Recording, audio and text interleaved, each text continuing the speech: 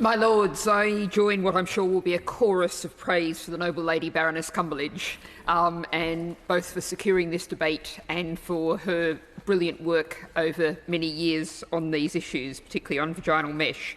I started working with the Noble Lady when we were doing the Medicines and Medical Devices Bill, and if we think back then, many of the things the Noble Lady was pushing for have since been achieved. But here today we're addressing some of the things that still desperately need to be dealt with. One of those things that the Noble Lady achieved was the appointment of a Patient Safety Commissioner. And I will note that Dr. Henrietta Hughes is doing a brilliant job in that, and has already been referred to in February, brought out a report urging that the compensation scheme be brought in both for sodium valproate and vaginal mesh as soon as possible. And I will just do a little bit of advertising for Dr. Hughes. She still has open a consultation on the principles of better patient safety, and there's one more day and a chance to respond to that if anyone would like to do so, because I think it's such important work that deserves to be highlighted. But I do just want to put this in the broader context of where we are now.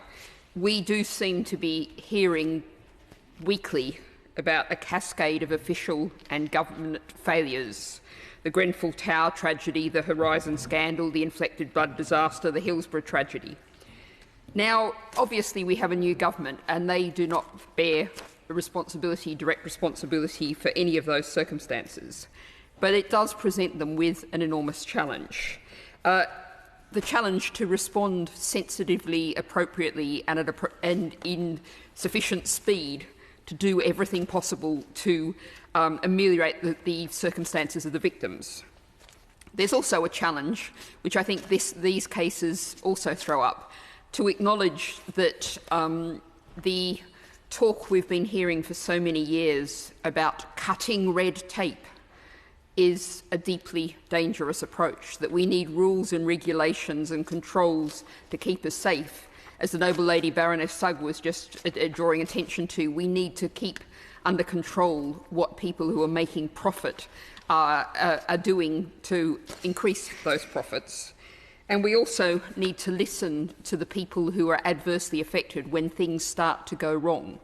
Because the reality is that so often, and we know this is perhaps particularly the case with female patients, people said for years and years there's a problem here, and officialdom said, no, nothing to see here, it's all fine, sometimes even saying it's all in your head. And that really is something that the government needs to stamp on, effectively.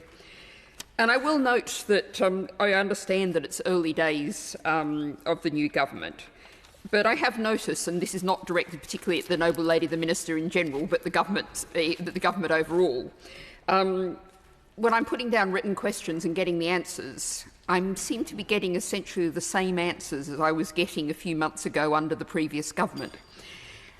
And I'm just going to urge ministers collectively and individually to please be curious, be challenging.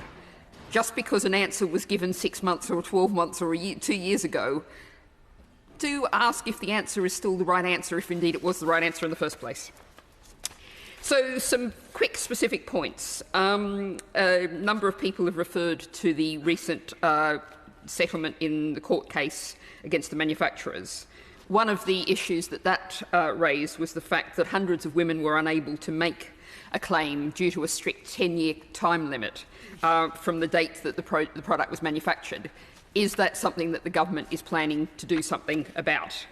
I join the Noble Lady Baroness Sugg in paying great tribute to Sling the Mesh and others campaigners like that.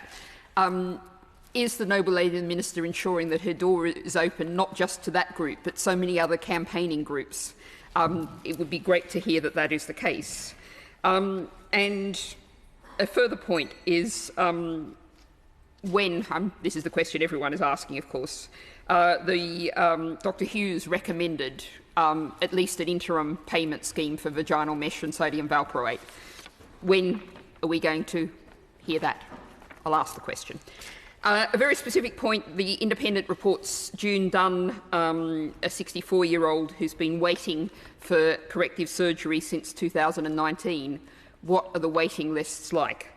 And finally, the official government figures say there are 127,000 mesh implants. The campaigners say there may have been many more. Has the government looking into making sure that it has the proper records of all the people affected?